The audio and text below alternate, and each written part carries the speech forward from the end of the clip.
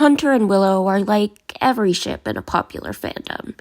Most people probably feel neutral about them, but the most verbal either love or hate them. One of the main points of contention I've seen about their relationship on screen is the scene in For the Future.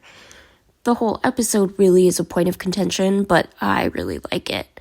This video is not about that, I just wanted to mention that. For the Future is the culmination of Willow's role as a group protector and her struggles with bullying and self-esteem. When she eventually crashes, Hunter saves her and offers her the chance to let her feelings out. This, of course, ends in some wholesome romance. But because that's how it ended, it's kind of easy to trivialize this scene as something just for shipping. A scene that has no narrative significance other than setting up two characters romantically, which isn't true. If it was, they could have just had a coffee date or something in the previous episode.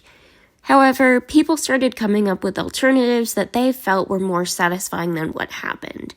Scenes that would be more meaningful if somebody else had saved her. All of which are perfectly valid propositions, but I don't think they end Willow's arc as satisfyingly as Hunter saving her did. To explore this, we need to go over Willow's history with each of her friends, but I'll start with the simplest take I've seen because it doesn't involve any of them. This is what I call the self-reliance take, or the belief that Willow should have saved herself. This take stems from a rejection of traditional gender roles, something that Hunter and Willow as a couple have consistently done.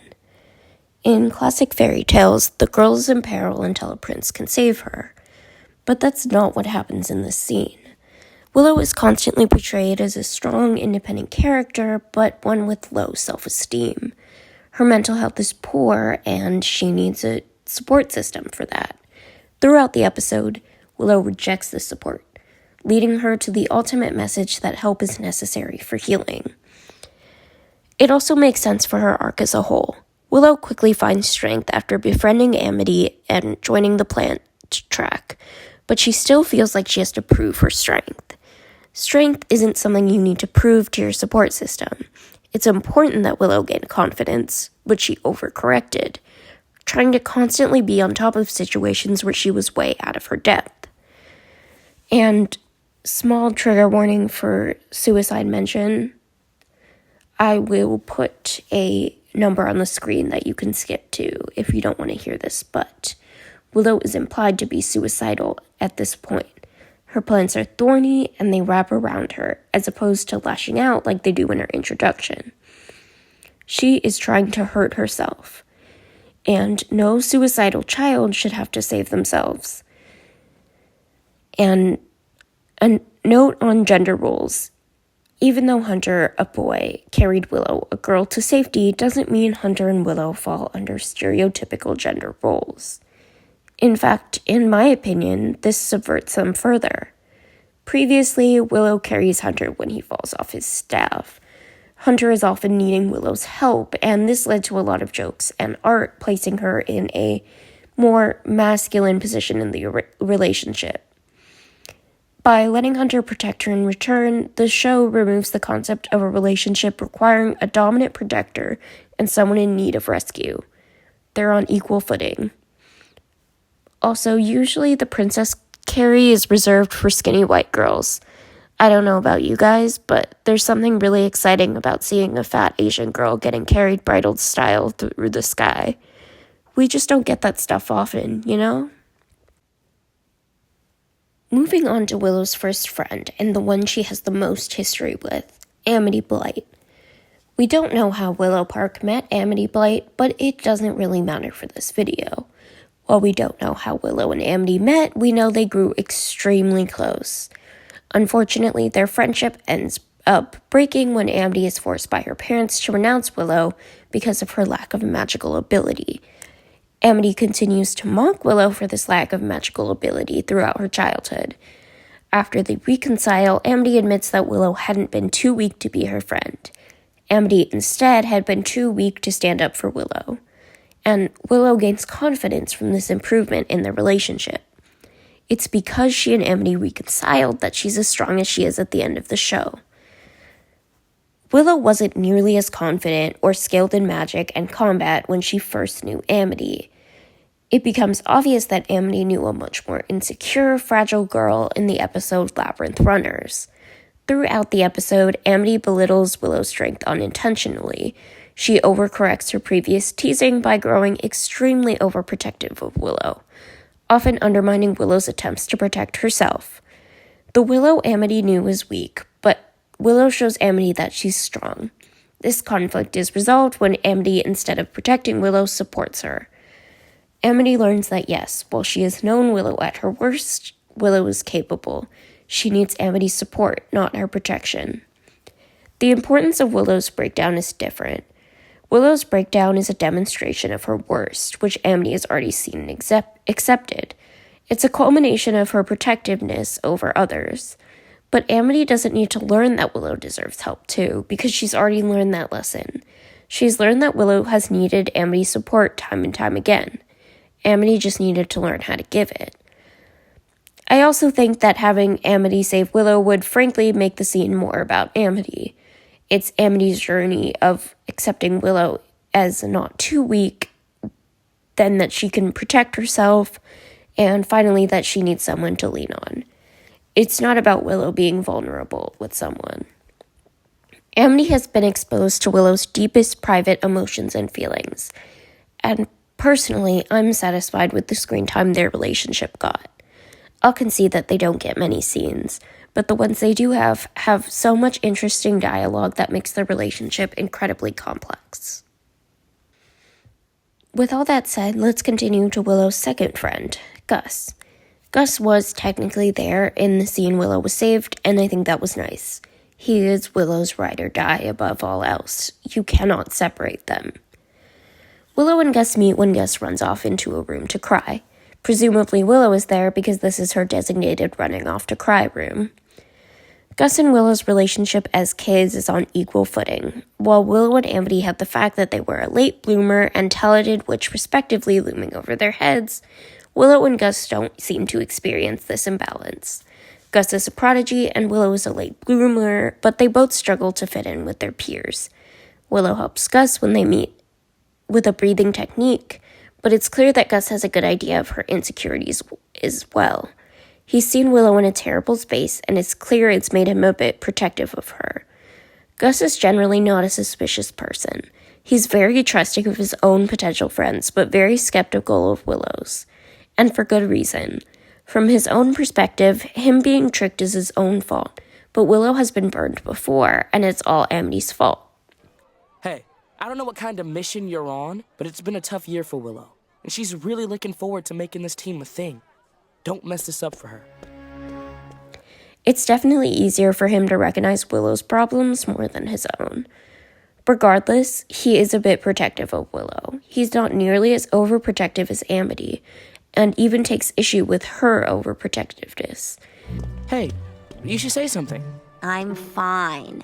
We just started hanging out again, and she needs time to get to know the new me. You mean the real you? Still, he's experienced Willow's highs and lows by her side.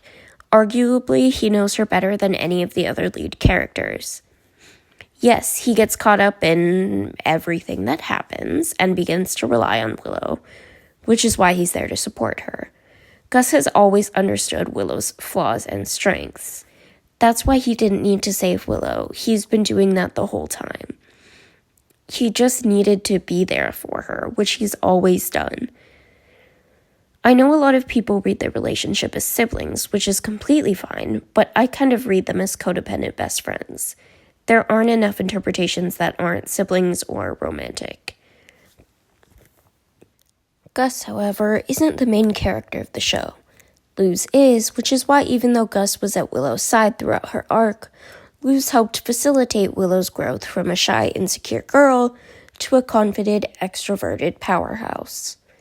And maybe this is a hot take, but I do think Willow is fairly extroverted. She's introduced as a very shy character, but she always seems at her best when she's surrounded by friends. As opposed to Amity, who, for example, is popular but constantly seeking alone time. It's no wonder that Willow and Luz became friends then. Both were in search of a community while only having a small circle of friends. The Willow Luz meets is definitely a bit brazen before she remembers to be shy. By virtue of being the main character, Luz Noceda is involved in most of Willow's interpersonal drama in the first season, beginning even just a few moments before they meet. One of Luz's flaws earlier in the show is her callousness when trying to help people. She often attempts to fix their problems without considering how the person with these problems feels about it. A lot of this growth and overcoming this flaw comes from Luz's desire to fix Willow's problems. Similar to Amity, Luz routinely tries to protect Willow. She acts as Willow's abomination instead of a fellow student. She flips one of Willow's photos around. She challenges Basha in Willow's name. Wing It Like Witches is a culmination of this arc. As I said, Luz challenges Basha in Willow's name. But Willow eventually explains that she doesn't need Luz to fix things in a Luz way. She needs Luz to support her while they do things in the Willow way. In the following sports episode, Any Sport in a Storm, it's clear Luz has moved on from being Willow's protector to her supporter. All of Willow's friends have been there to support her. Luz and Willow have never struggled with vulnerability with each other. Their problem was just Luz's tendency to try and fix that vulnerability. Like Gus and Amity, Luz has been there to support Willow, but Willow is the one that usually supports Hunter. When they meet, Willow is at the peak of her confidence. It's very clear he has a high image of her, enough to recruit her into the Emperor's Coven. When she expresses the same insecurities he's felt his whole life, he looks more confused and surprised than pitying. He only gets a snapshot of Willow at her worst until she's face-to-face with a Coven head. Willow was fully prepared to fight Darius, and Hunter knew that. He just didn't want that conflict. It's clear Willow's moment of weakness doesn't change Hunter's image of her, that she's fearless. The concept of Willow being scared is enough to convince him that she's an illusion. While most characters move from protecting Willow to supporting her, Hunter has the opposite problem. He only ever shields Willow, with his own body, mind you, so I don't know if I'd call that a good form of support. The only exception is when he helps her up one time, which is small, but it's very sweet.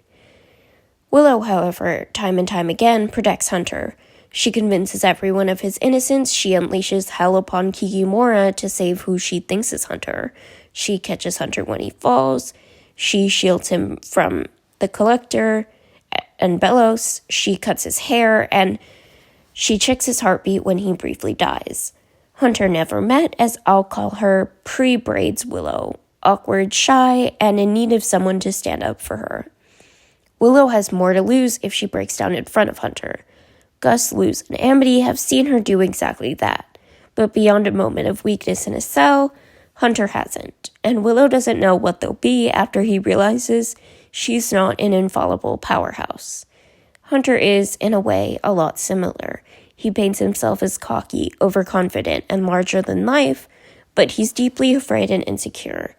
But Willow has given him more chances, through his betrayal after he makes it up to her, of course, and when he's at his weakest, living at the school, literally dying, and whatever misfortune decides to knock at his door during a particular day.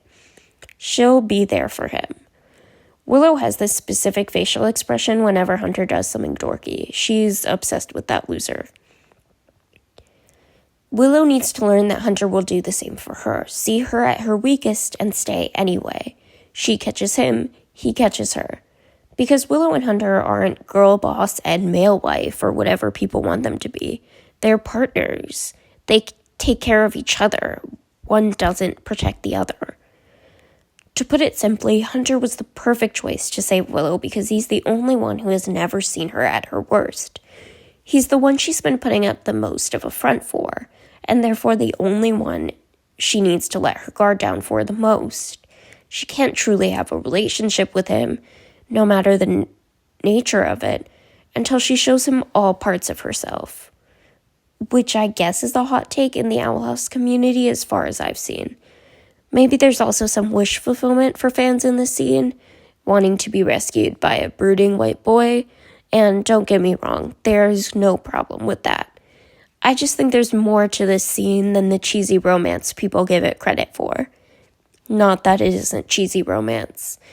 The Owl House definitely has a fair dose of cheesy teenage romance for swooning middle schoolers, even though it's not the forefront of the show. The Owl House was really important to me while it was airing, and I've had this video idea for years now. Longer than most ideas I have, really. I just wasn't in a rush to make this. I hope y'all enjoyed, and let me know if you want more Owl House videos in the future. At this point, and 4 videos in, I think is enough to decide that my outro is that I have no outro. So let's go with that. I don't have an outro. Bye.